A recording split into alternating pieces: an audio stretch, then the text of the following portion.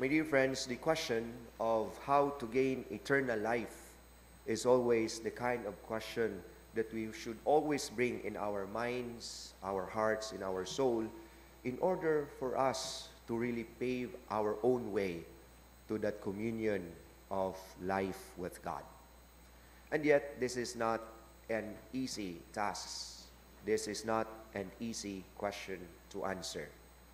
And yet, we've been provided with principles that to gain eternal life, it is not just enough to be good. It is not just enough to follow the commandments as stated in our gospel today. But there is a more radical requirement for us to do, to inculcate in our lives before we can say that we have an access to the kingdom of God. And therefore, the Lord tells this young man, after he considers himself as obedient to the commandments, but selling his possessions and giving it to the poor, and is something that is very difficult to do. And what the Lord wants us to inculcate in our lives is always to be a disciple of the Lord. And a true disciple could only mean that we have only one treasure in our lives, and that is God. That is our relationship with Him. What poses to be a great obstacle for us to be poor in the spirit is our very self.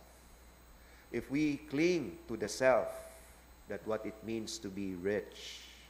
But if we abandon ourselves, self-denial is what it means to be poor in the spirit.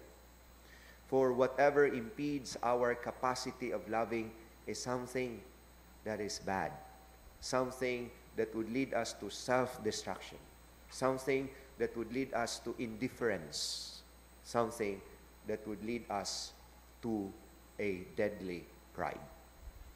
And therefore, the Lord doesn't just want us to give things away, but what is we need to give away in a very radical way is the self-abandonment, the self-surrendering. We abandon ourselves to God. We abandon ourselves in the demands of discipleship, not just of appearing good, but to follow the Lord. And to follow Him is to focus on Him.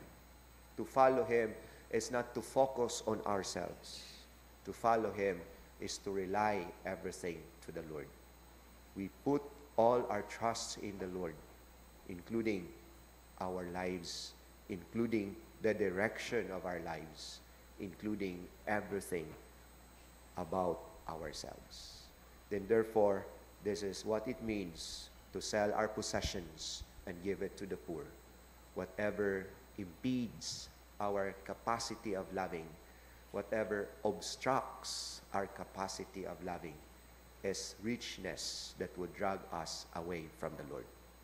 Poverty means self-denial, self-emptying, and relying everything to the love and goodness of God. Amen. Prayers of the faithful. The young man who did not follow Jesus because he could not give up his wealth went away sad.